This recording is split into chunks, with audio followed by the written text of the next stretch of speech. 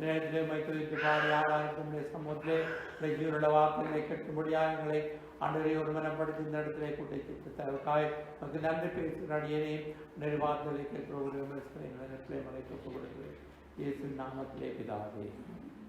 இந்த நாளில் உங்கள் வார்த்தையிலே மனிதனுடைய நாட்கள் என்ற தலைப்பிலே நான் பேச விரும்புகிறேன்.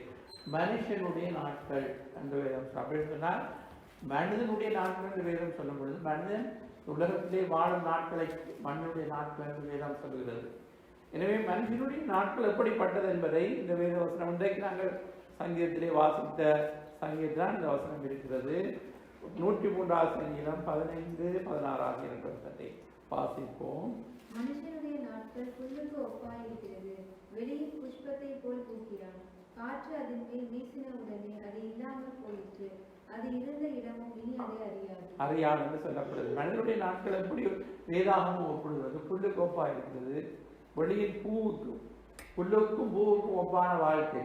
அப்ப இந்த வாழ்க்கை சீக்கிரமாய் கடந்து போகிறது நாங்கள் அறிந்திருக்கிறோம். எனவே மனுஷனுடைய நாட்கள் எப்படிப்பட்டதுன்னு சொன்னால் முதலாவது அது புல்லை போன்றது, பூவை போன்றது என்று நாங்கள் பார்க்கிறோம்.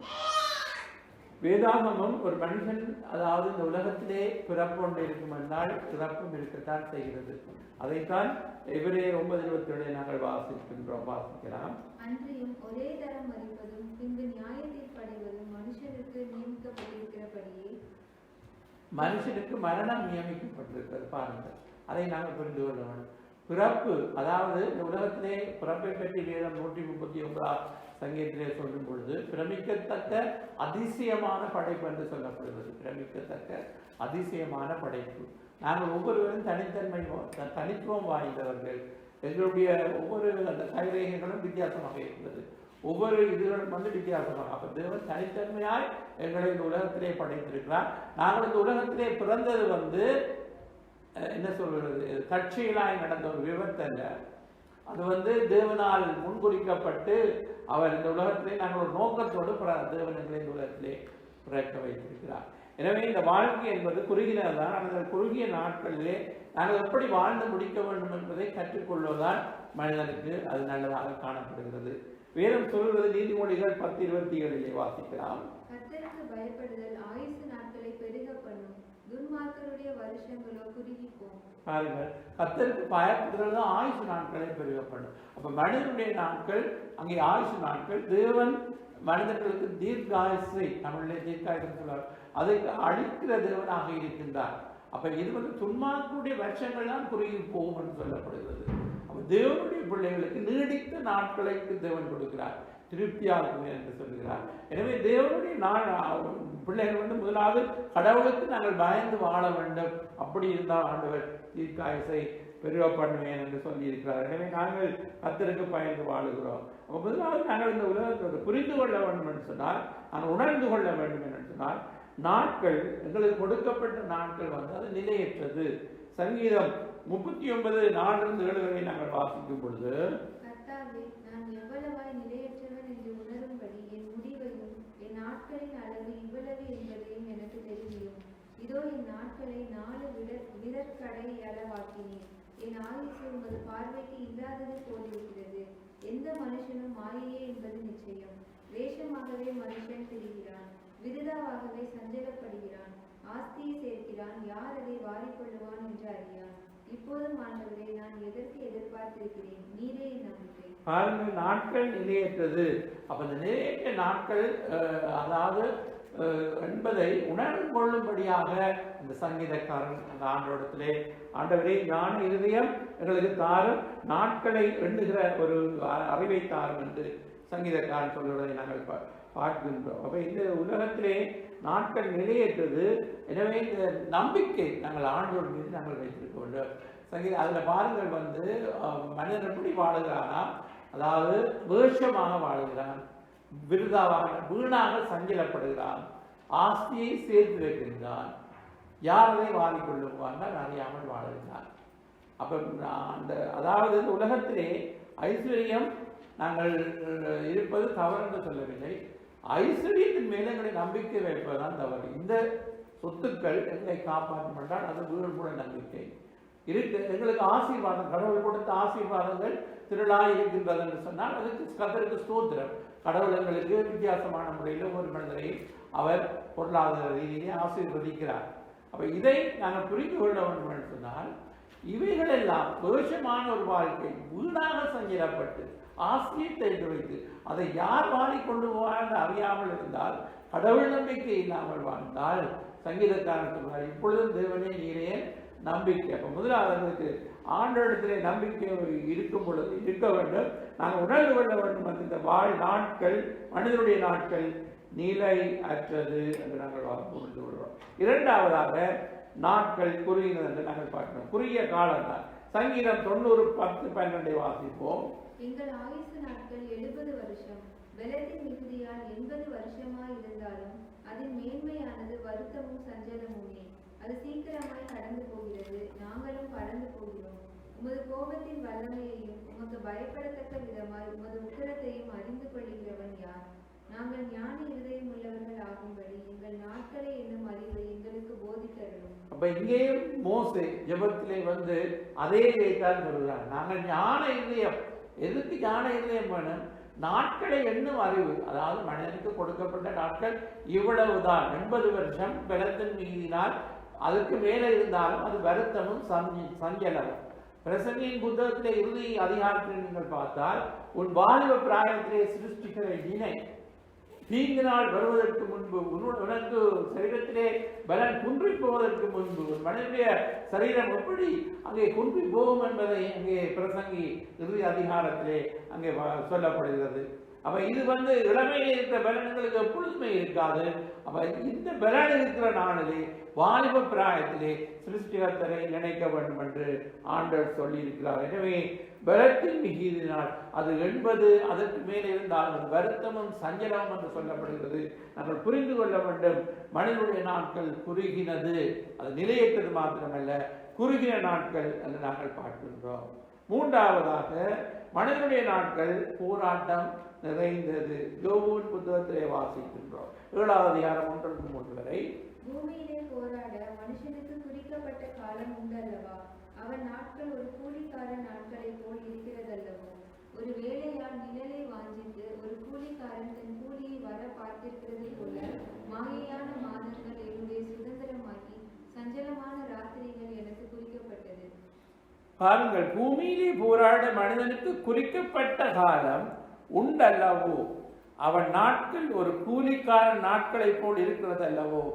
ஒரு வேலையால் நிழலை வாங்கித்து ஒரு கூலிக்காரன் தன் கூலியை வர பார்த்திருக்கிறது போல மாயான மாதங்கள் என்னுடைய சொந்தமாகி சஞ்சலமான ராத்திரிகள் எனக்கு குறிக்கப்பட்டதுன்னு சொல்லுகிறார். பாருங்கள், யோபுடைய நண்பர்கள் வந்து அவரை துன்பப்படுத்தின போதும் தேவனை குறித்ததான அறிவு யோபுக்கு இருந்தபடினாலே யோபு அப்படி பேசுகிறார். மனிதனுக்கு போராட மனிதனுக்கு நாட்கள் குறிக்கப்பட்டிருக்கு என்று சொல்லுகிறார். அப்ப பாருங்கள், ஆண்டவர் அதாவது யோபுவை எத்தனையோ உபத்திரத்துக்குள்ளே ஆண்டவர் நடத்தி முடிவிலேதான் அவரை இரட்டத்தனை ஆசீர்வதிக்கிறார். எனவே மனிதனுடைய வாழ்க்கையிலே சில வேளைகளிலே சில போராட்டங்கள் தேவன் குறிக்கப்பட்ட நாளை அனுமதிக்கிறார். இதற்குள்ளே நாங்கள் அதாவது அந்த நேரத்திலும் வந்து நாங்கள் ஆண்டவரிடத்திலே நாங்கள் என்ன செய்ய வேண்டும்? ஆண்டவர் அவர் என்னை புடமிட்டவில் நான் பொன்னாக விளங்குவேன் என்று சொல்லி, அவர் என்னை கொன்று போட்டாலும் நான் அவர் மேல் நம்பிக்கையாயிருப்பேன் என்று யோபு சொன்னது போல உபத்திரவத்தின் மத்தியிலும் அங்கே எப்படி இருக்கிறதா மனுடைய நாட்கள் ஒரு வேலையால் நிழலை வாங்கித்து ஒரு கூலிக்காரன் கூலியை வர பார்த்திருக்கிற போல வேலைக்கு போகிறவன் எப்பொழுது சாயங்காலம் ஆகும் நிழலை வாங்கித்தனால் என்ன அந்த சாயங்காலம் எப்பொழுது அவனுக்கு கூலி எப்பொழுது கிடைக்கும் என்று எதிர்பார்க்கிறது போல இந்த போராட்ட நாட்கள் வந்து எப்பொழுது அது மாயான இந்த மாதங்கள் முடிந்து போகும் என்று சொல்லி சஞ்சலத்தோடு தவிப்போடும் அங்கே இருக்கிறதை மனிதன் காணக்கூடியதாக இருக்கிறது. அப்ப ஆண்டவர் மனிதர்களுக்கு சில காரியங்களை அனுமதிக்கிறார் வித்தியாசமான முறையில். நாங்கள் கடவுளிடத்திலே நாங்கள் அதாவது கேள்வி கேட்க உரிமை இல்லை. எனவே ஆண்டவர் அவர் எங்களுக்கு எல்லாவற்றையும் நன்மைக்கு எதுவாகவே முடிப்பார் என்ற அந்த நம்பிக்கையிலே நாட்கள் அதாவது இந்த போராட்டத்தின் காலத்திலும் துன்பத்தின் காலத்திலும் நாங்கள் என்ன செய்ய வேண்டும்? ஆண்டவருக்கு எப்பொழுது ஆண்டவர் இதிலிருந்து விடுதலை நிச்சயமாக நாங்கள் ஆண்டவர் எங்களை எல்லாவற்றிலும் தூக்கி எடுக்கிற தேவனாக இருக்கின்றார். யோவுடைய நாட்களிலே ஆண்டவர் கடைசி நாட்களில் அனைத்தையும் செய்து முடிக்க ஆற்றல் உள்ளவர். நீர் செய்ய நினைத்தது தடைபடாது, நீர் முடிவெடுத்தால் அதை ஒருவராலும் மாற்ற முடியாது, எனக்கென்று நியமித்ததை நீர் எப்படி நிறைவேற்றியே முடிப்பீர் என்று சொல்லி யோபு சொல்லுகிறதை நாங்கள் காணுகின்றோம். எனவேதான் போராட்டமான நாட்கள் நாங்கள் பார்க்கின்றோம். மனிதனுடைய நாட்கள் அது வேகமாய் போகிறது என்று வேதம் சொல்கிறது. யோபு 7வது அதிகாரம் 6வது வசனத்திலே வாசிப்போம். இந்நாட்கள் நெய்கிறவன் எரிகிற நாடாவிலும் தீவிரமாய் ஓடுகிறது, அவைகள் நம்பிக்கை இல்லாமல் முடிந்து போகும். யோபு 9:25-26 வாசிப்போம். இந்நாட்கள் அஞ்சற்காரர் ஓட்டத்திலும் தீவிரமாய் இருக்கிறது, அவைகள் நன்மையை காணாமல் பறந்து போகும். அவைகள் வேகமாய் ஓடுகிற கப்பல்களைப் போலவும் இரையின் மேல் பாய்கிற கழுவை போலவும் கடந்து போகிறது. அப்ப அந்த நாட்களிலே வேதாந்தம் அழுத்தப்பட்ட காலத்திலே என்னென்ன வேகமாய் செயல்படுவதோ அதை வைத்து வேதவசனம் எழுதப்பட்டிருக்கிறது. இன்றைக்கு தீவிரமாக பறக்கக்கூடிய பிளைட் இருக்கிறது மற்றும் ட்ரெயின் இருக்கிறது.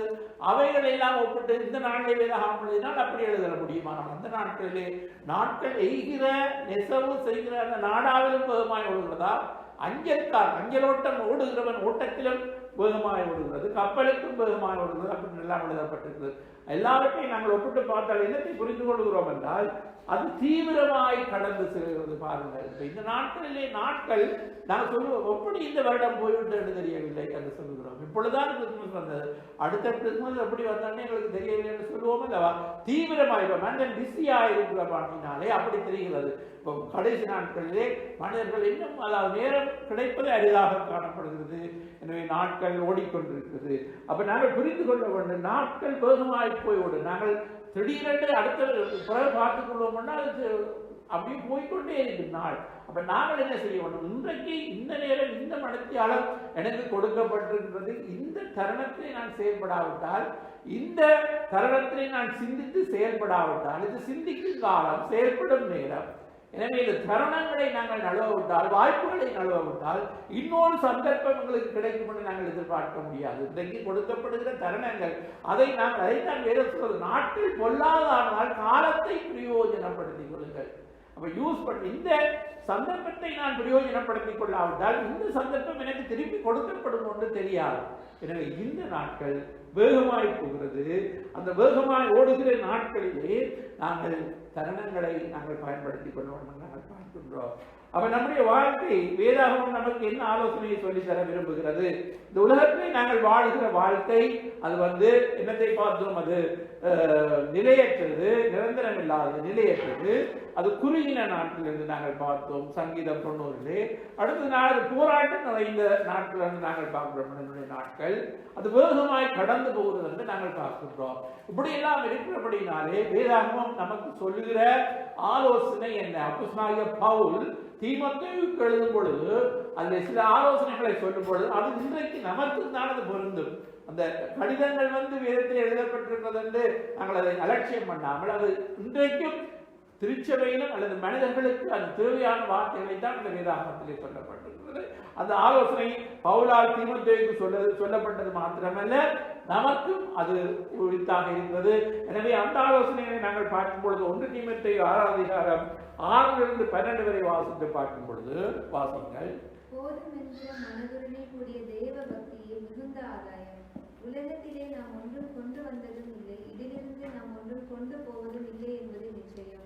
உண்ணவும் உடுக்கவும் நமக்கு உண்டாயிருந்தால் அது போதும் என்று இருக்க கடவும். ஐஸ்வர்யவான்களாக விரும்புகிறவர்கள் சோதனையிலும் கண்ணியிலும் மனுஷரை கேட்டிலும் அழிவிலும் அமிழ்த்துகிற மதிகேடும் சேதமுமான பலவித இச்சைகளிலும் விழுகிறார்கள். பண ஆசை எல்லா தீமைக்கும் வேறாயிருக்கிறது. சிலர் அதை இச்சித்து விசுவாசத்தை விட்டு வழுவி அநேக வேதனைகளாலே தங்களை உருவ குத்தி கொண்டிருக்கிறார்கள். நீயோ தேவனுடைய மனுஷனே, இவைகளை விட்டோடி நீதியையும் தேவ பக்தியையும் விசுவாசத்தையும் அன்பையும் பொறுமையையும் சாந்த குணத்தையும் அடையும்படி நாடு. விசுவாசத்தின் நல்ல போராட்டத்தை போராடு. நித்திய ஜீவனை பற்றிக்கொள். அதற்காகவே நீ அழைக்கப்பட்டாய். அநேக சாட்சிகளுக்கு முன்பாக நல்ல அறிக்கை பண்ணினவனுமாய் இருக்கிறார். அப்ப இங்கே பிரதானமாக சொல்லப்படுகிற காரியம் என்னவென்றால் நித்திய ஜீவனை பற்றிக்கொள். அப்படின்னா என்ன பிரியமானவர்களே, இந்த மாயான உலகத்தில் நிரந்தர நிலையற்ற இந்த வாழ்விலே தேவன் எங்களுக்கு நீங்காத பேரின்பமாக இருக்கின்றார். எங்களை நித்தியத்துக்குள்ளே அவர் அழைத்து செல்வதற்கு ஆண்டவர் உலகத்திலே அவர் அதாவது ஆண்டவர் நம்மை அழைக்கிறார். அப்ப ஆண்டவருக்குள்ளே நம்ம வந்திருக்கிறோம். எங்களுக்கு இந்த உலகத்தின் வாழ்க்கை அது நிரந்தரம் அல்ல, ஆனால் நித்திய ஜீவன் நமக்கு என்னென்றைக்கும் அழியாத ஒரு மெய்வாழ்வு, ஒளிமயமான ஒரு எதிர்காலம் நமக்கு காத்திருக்கிறது. எனவே இந்த நாட்களிலே நாங்கள் வாழுகிற இது எப்படி வாழ வேண்டுமென்றால் போதுமென்ற மனதுடனே தேவபக்தியாக நாங்கள் வாழ அழைக்கப்படுகிறோம். உலகத்திலிருந்து ஒன்றும் கொண்டு வந்ததும் இல்லை, இதிலிருந்து ஒன்றும் கொண்டு போவதும் இல்லை என்பது நிச்சயம். அது நிச்சயமாக அப்படித்தான். உண்ணாம் உடுக்கவும் நமக்கு இருந்தால் அது போதுமென்று இருக்க கடவோம். ஏன் அப்படி வேதம் சொல்லுன்னு சொன்னால், இன்றைக்கு ஐஸ்வர்யம் இருப்பது தவறு என்று சொல்லவில்லை. அங்கே இதுலேயும் பவுல் சொல்லுகிற காரியம் ஐஸ்வர்யவான்களாக விரும்புகிறவர்கள் சோதனையிலும் தண்ணீரும். அப்ப அதாவது சொத்துக்களை குவிக்க வேண்டும் என்று, பணத்துக்கு மேல் பணத்தை குவிக்க வேண்டும் என்று, அதாவது போதுமன்ற மனம் ஆண்டவர் சொல்லுகிறார் அதாவது அடிப்படை தேவைகள் மனிதனுக்கு எல்லாம் இருக்கிறது. ஆனால் அதை விட இன்னும் சொத்துக்களை குவிக்க வேண்டும் என்று மனிதன் வேகமாக அதாவது விருதாவாக செய்யப்பட்டு ஆசையை சேர்த்து அதை யாருக்கும் சொத்துக்களை விட்டு மறித்து போனால் அதில் ஒன்றும் பிரயோஜனம் இல்லை. எனவே அப்படி முயற்சிக்கிறவர்கள் தான், பண ஆசை உடையவர்களால் எல்லா தீமைக்கும் அது வேறு போல இருக்கிறது. இச்சை பாருங்கள், ஆசை இருப்பது நல்லது மனிதனுக்கு, ஆனால் இச்சை என்பது பாவத்தை கொண்டு வரும். அப்ப சிலர் இச்சித்து விசுவாசத்தை விட்டு அநேக வேதனைகளினாலே தங்களை உருவ குத்தி கொண்டிருக்கிறார்கள். நீயோ தேவனுடைய மனுஷனே, இவர்களை விட்டோடி நீதி, தேவ பக்தி, விசுவாசம், அன்பு, பொறுமை, சாந்த குணம் இவைகளைத்தான் நீ அடைய நாட வேண்டும் என்று சொல்லப்படுகிறது. விசுவாசத்தின் நல்ல போராட்டத்தை போராட, போராட்டம் நிறைந்த வாழ்க்கை, அதை விசுவாசத்திலே நின்று நாங்கள் போராடி ஜெயம் பெற வேண்டும், நித்திய ஜீவனை பெற்றுக்கொள். இதற்காகவே நீ அழைக்கப்பட்டிருக்கிறார். நாங்கள் அழைக்கப்பட்ட நோக்கம் என்ன? தேவன் நமக்கு நித்திய ஜீவனை தரும்படியா. அப்ப இந்த உலகத்திலே அநேகர் இன்றைக்கு நித்திய ஜீவனை பற்றி கொள்ளாமல் பண ஆசையிலும் அநேக விதமான காரியங்களும் உட்கொண்டு போய் இன்றைக்கு சிக்கி தவிக்கிறதை நாங்கள் காண்கின்றோம். அதனால்தான் இன்றைக்கு அநேகம் சொல்வார்கள், என்ன ஒன்றும் கொண்டு போவதில்லை, கொண்டு வருவதில்லை என்பதற்காக நாங்கள் தரித்திரராய்தான் வாழ்ந்து முடிக்க வேண்டுமா கிறிஸ்தவர்கள் என்று. அப்படி அல்ல, எல்லாம் ஆண்டவர் ஐஸ்வர்யத்தையும் ஆண்டவர் தான் கொடுக்கிறார். அனுபவிக்கிறதுக்கு அவனுடைய இதன்படி ஆண்டவருக்கு பகிர்ந்து கொடுக்கிறார். எனவே இவைகள் மீது நம்பிக்கை வைக்கக்கூடாது. இயேசுவிடத்தில் கேள்வி கேட்டார், அப்படின்னா ஐஸ்வர்யவான்கள் எல்லாம் பரலோகத்துக்கு வர முடியாதா என்று கேட்ட பொழுது, ஒட்டகமானது ஊசியின் காதில் நுழைவது என்று ஆண்டவர் சொல்லுகிறார். அப்படின்னு சொன்னால் என்ன? பிறகு அவரிடத்தில் கேட்டது ஆண்டவர் விளக்கம் சொல்லுகிறார். அதன்மே நம்பிக்கை வைக்கிறவர்கள் தான் பரலோகம் வர முடியாது தவிர பணக்காரர்கள் பரலோகம் வர முடியாததான் இல்லை. ஐஸ்வர்யம் இருப்பது நல்லது, அதே நம்பி அதே நோக்கமாக கொண்டு கடவுளை விட்டுவிட்டு தேவ பக்தியான வாழ்க்கை, ஆவிக்குரிய வாழ்க்கையை விட்டுவிட்டு எப்படி பணத்தை சம்பாதிக்க வேண்டும் என்ற நோக்கத்தோட விசுவாசி அங்கே இருக்குமாக இருந்தால் நித்திய ஜீவனை அவர்கள் பெற்றுக் கொள்ள முடியாது என்பதை வேதம் சொல்லுகிறபடினாலே நாங்கள் இன்றைக்கு ஒரு போதுமன்ற மனதோடு தேவ பக்தியாய் வாழ அழைக்கப்பட்டிருக்கின்றோம் என்பதை அறிந்தவர்களாக, நாங்கள் உணர்ந்தவர்களாக, நாட்கள் திருப்பி கிடைக்காது, கொடுக்கப்பட்ட தருணங்களை நாங்கள் என்ன செய்ய வேண்டும்? பயன்படுத்திக் கொள்ள வேண்டும். மனிதனுடைய நாட்களை எண்ணும் அறிவு நமக்கு தேவைப்படுகிறது. மற்றது போராட்டங்கள், சஞ்சலங்கள், அதாவது உபத்திரவங்கள், நமக்கு வேதனையான நாட்கள், இவைகளெல்லாம் மனிதர்களுக்கு ஆண்டவர் சில வேளைகளிலே அனுமதிக்கும் பொழுது நாங்கள் ஆண்டவரை குறை கூறாமல் அவர் எங்களுக்கு, அதாவது நாங்கள் இன்றைக்கு அநேக மனிதர்கள் ஆண்டவரை பற்றி புரிந்து கொள்ள முடியாதபடினாலே யோபு உபத்திரவத்திலே இருக்கிற நண்பர்கள் துன்பப்படுத்தினது போல இன்றைக்கு அநேக ஒரு மனிதனுக்கு உபத்திரவம் வரும்பொழுது பலவிதமான வார்த்தைகளை சொல்லி அந்த வியாதி படுக்கையிலே இருக்கிறவர்களை வேதனைப்படுத்துவது கிறிஸ்தவர்களுக்கு அழகல்ல. அவர்கள் விசுவாச வார்த்தைகளை பேசி ஆண்டவர் இந்த பாதையில் உங்களை தூக்கி எடுப்பார். நிச்சயமாக ஆண்டவர் பொன்னாக விளங்கப்படுவார். அவர் யோபை போல இரட்டத்தனையாக உங்களை ஆசீர்வதிப்பார். அப்படிப்பட்ட வசனங்களை சொல்ல வேண்டிய கிறிஸ்தவர்கள் இன்றைக்கு அவிசுவாச வார்த்தைகளையும் பலவிதமான தேவையற்ற காரியங்களையும் சொல்லுகிறபடினாலே யோபு நண்பனை போல துன்பப்படுத்துவர்களுக்கு ஆறுதல் சொல்ல வேண்டிய வார்த்தைகளை சொல்லாமல் அவிசுவாச வார்த்தைகளையும், அதாவது சந்தேகமான வார்த்தைகளையும் சொல்லி அங்கே குழம்பிக் கொண்டிருக்க கூடாது. எனவே இப்படி யோபை போல பாருங்கள், ஏன் பைபிள் கொடுக்கப்பட்டிருக்கு? யோபுக்கு வந்த உபத்திரவங்களுக்கு வந்திருக்குமா யோசித்து பாருங்கள். சின்ன சின்ன காய்ச்சல், தலையடி, இப்படியான இதழுக்கே நாங்கள் புலம்புகிறோம். யோபு என்ற மனிதனுக்கு பாருங்கள் எத்தனை இழப்புகள். யோசித்து பாருங்கள். பிள்ளைகள் எல்லாம் போய்விட்டார்கள், அவருடைய சொத்துக்கள் எல்லாம் போய்விட்டது. அவருடைய சாம்பலை உட்கார்ந்து எவ்வளவு புலம்பிக் கொண்டிருக்கும் பொழுது நண்பர்கள் வந்து திரும்பிட்ட வார்த்தைகளை சொல்லி அவருடைய இதயத்தை உடைக்கும் பொழுதுதான் யோபு சொல்கிறான், இது மனிதனுக்கு நியமிக்கப்பட்டிருக்கு. என்னுடைய நாட்கள் நியமிக்கப்பட்டிருக்கின்றது, உபத்திரவத்தின் நாட்கள் நியமிக்கப்பட்டிருக்கிறது என்று சொல்லி அந்த தேவனை குறித்து ஒரு அறிவை வெளிப்படுத்த நாங்கள் காணுகின்றோம். அப்ப நாங்கள் முதலாவது தேவன் எப்படிப்பட்டவர்? அவர் நல்லவர். அவர்களுடைய அனுமதி இல்லாமல் என்னுடைய வாழ்க்கையிலே ஒன்றும் வராது. எனவே நான் இதற்கு பின்பதாக நான் பெண்ணாக விளங்குவேன் என்று சொல்லி நாங்கள் என்ன செய்ய வேண்டும்? எந்த சூழ்நிலையிலும் ஆண்டவரை குறை கூறாமல், முறுமுறுக்காமல் நாங்கள் தேவ பக்தியோடு ஆண்டவருக்கு பயந்து வாழ அழைக்கப்பட்டிருக்கின்றோம். எனவே மனிதனுடைய நாட்கள் அது புல்லுக்கொப்பாக இருக்கிறது. வேதம் சொல்றது மாம்சம் எல்லாம் புல்லை போலவும் மனிதனுடைய மகிமை எல்லாம் புல்லின் பூவை போலவும் இருக்கிறது. புல் உலர்ந்து போகும், பூ வீழ்ந்து போகும், கர்த்தருடைய வசனமும் என்றென்றைக்கும் நிலைத்திருக்கும் என்று சொல்லப்படுவது நாங்கள் பார்க்கின்றோம். ஏசாயா 60வது அதிகாரத்தில் 20வது வசனம் சொல்கிறது, உன்னுடைய துக்க நாட்கள் முடிந்து போகும். அப்ப நம்முடைய வாழ்க்கையில் சில வழிகளிலே துக்க நாட்கள் வருகிறது, ஆனால் அதற்கு ஒரு முடிவு இருக்கிறது. துக்க நாட்கள் முடிந்து போகும். ஆண்டவர் எல்லாவற்றையும் ஒரு முடிவுக்கு அவர் கொண்டு வந்து நம்மை வந்து கழிவுற பண்ணுகிற தேவனாக இருக்கின்றார்.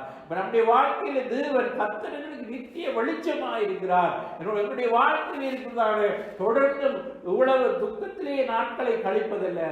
ஆண்டவருடைய வார்த்தை சொல்றது, உன்னுடைய துக்க நாட்கள் முடிந்து போகும். அவர் செய்ய நினைத்து தடைபடாது. நம்முடைய வாழ்க்கையிலே அவர் பெரிய காரியங்களை அவர் செய்கிற தேவனாக இருக்கிறபடியால் இந்த நாட்களிலே நாங்கள் ஆண்டவர் நமக்கு கொடுத்த இந்த தருணத்துக்காய், நான் இந்த வாழ்க்கையிலே இயேசுவை அறிந்து கொள்ள கர்த்தர் கொடுத்த இந்த நல்ல வாழ்க்கைக்காய் அவருக்கு நன்றி செலுத்துவது மாத்திரமல்ல, தேவ பக்தியோடு வாழ்ந்து இந்த ஓட்டத்தை நாங்கள் ஓடி போராடி ஜெயிக்க வேண்டுமே தவிர குறுக்கு வழியால நாங்கள் எப்படியாவது உலகத்திலே பெரியவர்களாய் வந்துவிட வேண்டும், பணக்காரர்களாய் வந்துவிட வேண்டும் என்று சொல்லி நாங்கள் தீவிரமாய் செயல்படுவதிலே ஒன்றுமில்லை. கர்த்தருடைய ஆசீர்வாதமே ஐஸ்வர்யத்தை தரும், அதனுடைய அவர் வேதனையை கூட்டார் என்று சொல்லப்படுகிறது. கடவுள் ஐஸ்வர்யத்தை தருவார், ஆனால் வேதனையற்ற இந்த வாழ்க்கை நமக்கு நிம்மதியான ஒரு வாழ்க்கை ஆண்டவர் தருகிறவராக இருக்கின்றார். எனவே இந்த நாளிலே ஆண்டவருடைய ஆசீர்வாதத்தை எதிர்நோக்கி இருக்கிற நாங்கள் என்னுடைய கொடுக்கப்பட்ட என்னுடைய வாழ்நாள் காலம் எல்லாம், என் ஜீவனுள்ள நாட்கள் எல்லாம் நன்மையும் கிருபையும் என்னை தொடரும். என் நாட்கள் முடியும் வரை, என் ஜீவன் பிரியும் வரை, என் சுவாசம் ஒழியும் வரை நான் தேவனையே ஆராதிப்பேன், அவரே நான் பின்பற்றுவேன் என்று நாங்கள் உறுதியாய் நம்முடைய விசுவாச வாழ்க்கையை கடந்து செல்வோம். கர்த்தர் நம்மை ஆசீர்வதிப்பாராக. எழுந்து நின்று நாங்கள் ஒரு பாடலை பாடுவோம். புல்லை போல் உலரும் வாழ்க்கை, பூவை போல் மறையும் வாழ்க்கை, புவி வாழ்வையின் மேன்மை ஒன்றும் இல்லை, நிலையான வாழ்வு இங்கே இல்லை என்று சொல்லி பக்தன் பாடுகிறார். இந்த பாடலை நாங்கள் அணைந்து ஒருவரும் விசுவாசத்தோடு நாங்கள் பாடுவோம். அல்லேலூயா. புல்லை போல் உலர்ந்திடும் வாழ்க்கை, பூவை போல் மறைந்திடும் வாழ்க்கை, புல்லை போல் உலர்ந்திடும் வாழ்க்கை, பூவை போல் மறைந்திடும் வாழ்க்கை, புவி வாழ்வின் மேன்மைகள் ஒன்றும் இல்லை, நிலையான வாழ்வு இங்கே இல்லை, புவி வாழ்வின் மேன்மை ஒன்றும் இல்லை, நிலையான வாழ்வு இங்கே இல்லை, புல்லை போல் உலர்ந்திடும் வாழ்க்கை, பூவை போல் மறைந்திடும் வாழ்க்கை, பிறக்கும் போதும் இறக்கும் போதும் மனிதன் கரங்களில் ஒன்றும் இல்லை, கொண்டு வந்ததில்லை கொண்டு போவதில்லை, கண்கள் காண்பதற்கு பலனில்லை, போதும் என்கிற மனதுடனே தேவ பக்தியாய் வாழ்ந்திடுவோம், போதும் என்கிற மனதுடனே தேவ பக்தியாய் வாழ்ந்திடுவோம், நித்திய வாழ்வினை நோக்கிடுவோம், இயேசுவை அனுதினம் தேடிடுவோம், நித்திய வாழ்வினை நோக்கிடுவோம், இயேசுவை அனுதினம் தேடிடுவோம். முல்லை போல் உலர்ந்திடும் வாழ்க்கை, பூவை போல் மறைந்திடும் வாழ்க்கை. மாயை மாயைதான், எல்லாம் மாயைதான், மாயலோகமாம் இவ்வுலகில். நேற்று வாழ்ந்தவர்கள் இன்று இல்லையே, நாளை நடப்பதை நாம் அறியோம். நாளை என்பது நமது அல்ல, நமது ஜீவன் நம் கையில் அல்ல. நாளை என்பது நமது அல்ல, நமது ஜீவன் நம் கையில் அல்ல. நல்லவராம் நம் இயேசுவிடம் நமது வாழ்வினை கொடுத்திடுவோம். நல்லவராம் நம் இயேசுவிடம் நமது வாழ்வினை கொடுத்திடுவோம். புல்லை போல் உலர்ந்திடும் வாழ்க்கை, பூவை போல் மறைந்திடும் வாழ்க்கை. உலகம் அனைத்தையும் சொந்தமாக்கியும் நமது ஜீவனை நாம் இழந்தால் லாபம் ஏதுமில்லை, மேன்மை ஒன்றுமில்லை. வாழ்ந்த வாழ்க்கையால் பயனில்லை. அகிலம் அனைத்திற்கும் ஆண்டவராய் நம் இயேசு ஒருவரே இரட்சகராய். அகிலம் அனைத்திற்கும் ஆண்டவராய் நம் இயேசு ஒருவரே இரட்சகராய். வழியாய் ஒளியாய் வந்தவரை உள்ளத்தில் ஏற்றிட உறுதி கொள்வோம். வழியாய் ஒளியாய் வந்தவரை உள்ளத்தில் ஏற்றிட உறுதி கொள்வோம். புல்லை போல் உலர்ந்திடும் வாழ்க்கை, பூவை போல் மறைந்திடும் வாழ்க்கை. புவி வாழ்வின் மேன்மை ஒன்றும் இல்லை, நிலையான வாழ்வு இங்கே இல்லை. புவி வாழ்வின் மேன்மைகள் ஒன்றும் இல்லை, நிலையான வாழ்வு இங்கே இல்லை. புல்லை போல் உலர்ந்திடும் வாழ்க்கை, பூவை போல் மறைந்திடும் வாழ்க்கை. நல்ல போராட்டத்தை போராடி நித்திய ஜீவனை பற்றிக்கொள், இதற்காகவே நீ அழைக்கப்பட்டிருக்கிறார் என்ற வசனத்தின்படி பிரியமானவர்களே, போராட்டம் நிறைந்தான் வாழ்க்கை. அந்த வாழ்க்கை தேவன் நம்மோடு கூட இருக்கும் பொழுது அந்த நாட்களை இன்னும் அறிவை எங்களுக்கு தாரும். இந்த நாட்களை பிரயோஜனப்படுத்திக் கொள்ள ஆண்டவரே, இன்றைக்கு ஒரு நாள் கடந்து போனால் அது திரும்ப எனக்கு கிடைக்காது. கொடுக்கப்படுகிற சந்தர்ப்பத்திலே நான் கடவுளை அண்டிக் கொண்டு அவருக்குள்ளே நான் வாழுகிறேன், அவருக்கு பிரியமாய் வாழுகிறேன், தேவபக்தியாய் வாழ்கிறேன். வாழ்க்கை ஒன்றுதான், அதை எப்படி வாழ்ந்து முடிக்கிறோம் என்பதுதான் நமக்கு நித்திய ஜீவனுக்காக நாங்கள் இந்த உலகத்திலே நிர்ணயிக்கப்பட்ட இந்த வாழ்நாள் காலத்திலே எப்படி வாழுகிறோம் பாருங்கள். மரணம் என்பது மாத்திரமல்ல, அதோடு கதை முடிந்து போவதில்லை. ஒரு தரம் மரிப்பதும் நியாயத்தீர்ப்படைவதும் மனிதனுக்கு நியமிக்கப்பட்டிருக்கிறது.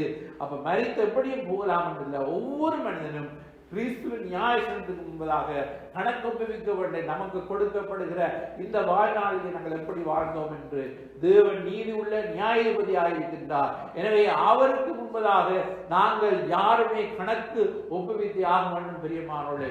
எனவே அழிவின் பாதையிலே சென்று கொண்டிருக்கிற இந்த மனித வாழ்க்கையிலே நித்திய ஜீவனை தர வந்த இயேசுவை அண்டிக் கொண்டு அவருக்கு பிரியமாய் வாழ எங்களை ஒப்புக் கொடுத்து இந்த நாட்களிலே இன்னும் அதிகமாய் ஆவிக்குரிய வாழ்க்கையிலே நாங்கள் போதுமென்ற மனதுடனே தேவபக்தியாய் வாழ அழைக்கப்பட்டிருக்கோம் என்ற எண்ணத்தோடு வாழ கர்த்தர் எங்களுக்கு உதவி செய்வார். ஆண்டவரே, இந்த நேரத்தில் இந்த வார்த்தைகளை கேட்ட ஒவ்வொருவரையும் நீர் ஆசீர்வதியும். ஆண்டவரே, போதுமென்கிற மனதோடு தேவபக்தியாய் வாழ உதவி செய்யும். ஆண்டவரே, விசுவாசத்திலே நல்ல போராட்டத்தை போராடி நித்திய ஜீவனை பற்றி கொள்ள உதவி செய்ய இயேசுவின் நாமத்திலே பிதாவே, ஆமென், ஆமென்.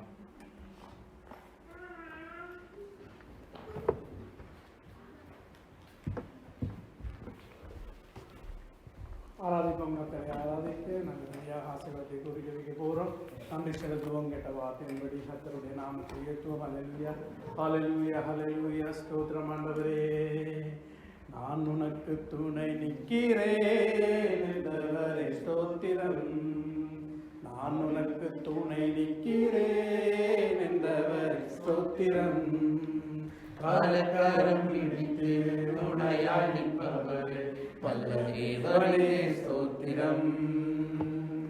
வலக்கரம் பிடித்து துணையாய் நிற்பவரே வல்ல தேவனே ஸ்தோத்திரம்.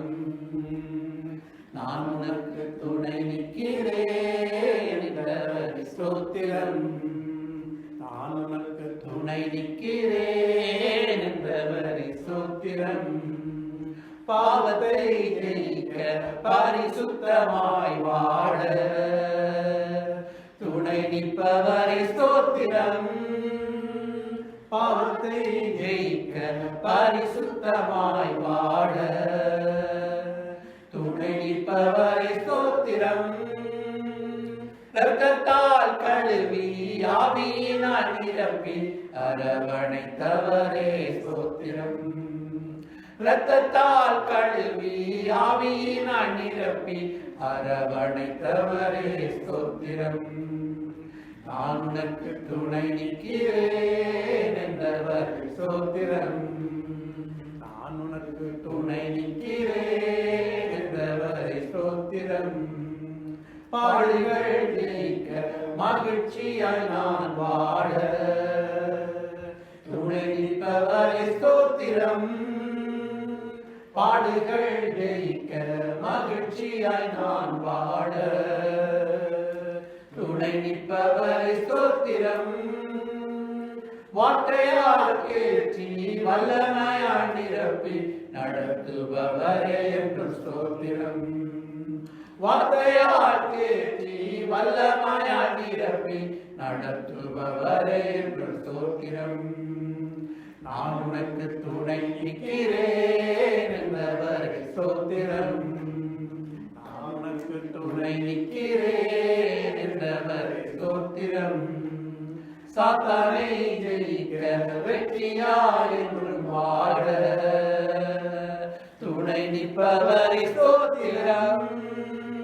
சாத்தானை ஜெயிக்க வெற்றியாய் என்றும் வாழ துணை நிற்பவரை ஸ்தோத்திரம். அன்பினால் அணைத்து அபிஷேகத்தால் நிரப்பி ஆதரிப்பவரே ஸ்தோத்திரம்.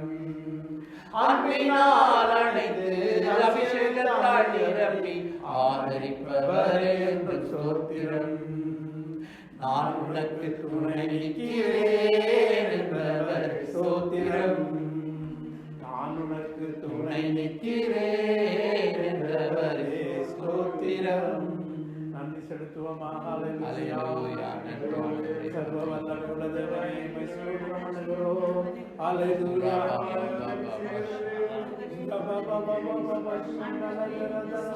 பரிசுத்த ஆவியானவரே ஸ்தோத்திரம்.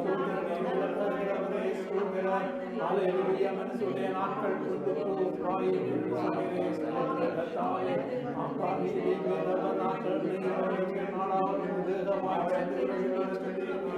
ஆண்டவரே கர்த்தாவே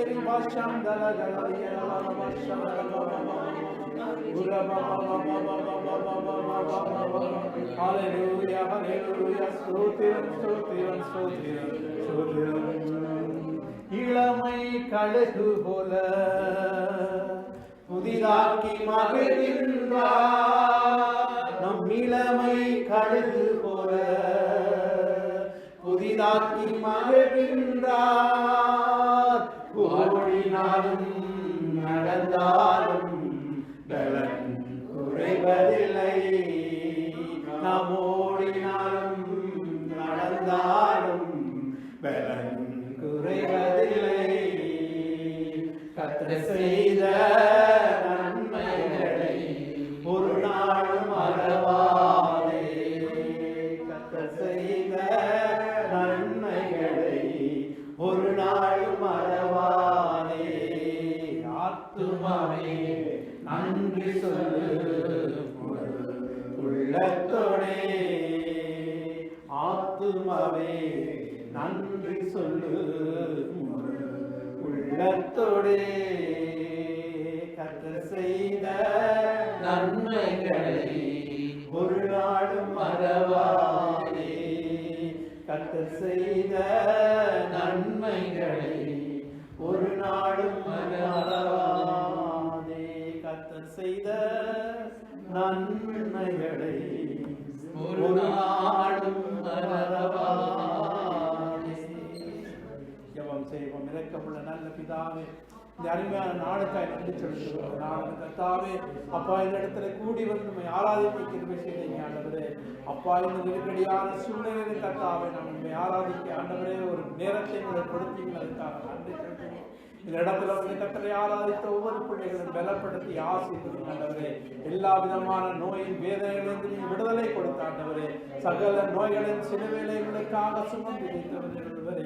கர்த்தாவே வியாதியை நிலத்திலிருந்து அகற்றுவேன் விளக்குவேன் என்று சொல்லியிருக்கேன் ஆண்டவரே. கர்த்தாவே நாங்கள் உண்மை சேவிக்கும் பொழுது ஆண்டவரே நீங்க சொன்னீங்க, நான் அப்பத்தையும் தண்ணீரையும் ஆசீர்வதித்து வியாதியை நடுவிலிருந்து விளக்குவேன் என்று நீங்க சொல்லியிருக்கீங்க. அப்படியா கர்த்தாவே நாங்கள் இந்த நேரம் உண்மையை சேவித்து உண்மையை ஆராதிக்க உண்மையை புதுக்கி கிருபையால் உடைய கருத்தில் நாங்கள் ஒப்புக் கொடுக்கிறோம். கர்த்தாவே வந்த ஒரு பிள்ளைகளும் ஆசீர்வதியும் போக்கு மரத்திலும் கூட இரும்படி நடத்தும். இயேசுவின் நாமத்தினாலே ஜெபிக்கிறோம் உங்கள் ஜீவன் நல்ல பிதாவே, ஆமென். சொல்லுவோமே நாத்துமாவே கர்த்தரை ஸ்தோத்திரி, என் உள்ளமே பரிசுத்த நாமத்தை ஸ்தோத்திரி. நாத்துமாவே கர்த்தரை ஸ்தோத்திரி, கர்த்தர் சகல உபகாரங்கள் மறவார். நம்முடைய கர்த்தராகிய இயேசு கிறிஸ்துவின் கிருபையும் பிதாவாகிய தேவனுடைய இடைவிடாத அன்பும் பரிசுத்த ஆவியான அன்பின் ஐக்கியம் நம் அனைவரோடும் கூட இருப்பதாக. ஆமென், ஆமென். God bless you. கர்த்தர் நம்முடைய ஆசீர்வதிப்பார்.